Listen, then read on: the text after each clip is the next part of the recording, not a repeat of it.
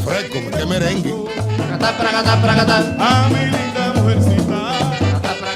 Ahí están viendo a Luis Rijo tocando el bajo en el sonido original de entonces. Según Manuel, es el mejor frente del sonido. Claro, encabezado por Danilo Mejía Capellán. Luis Rijo haciendo coro. Luis Rijo sí, porque le hacía coro. Vuelve, mujercita Míralo mía. ahí. Era tan buen frente que el bajista y el piano eran los coros. También que ve esta vaina.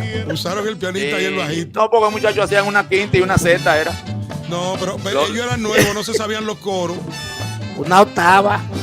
Pero la verdad que ese coro no tenía mucha ciencia para decir para cantar, para cantar. No, pero no Sí, es que porque no era una vaina de otro modo tampoco, Américo, pero también no era ese tema solo que se tocaba ahí.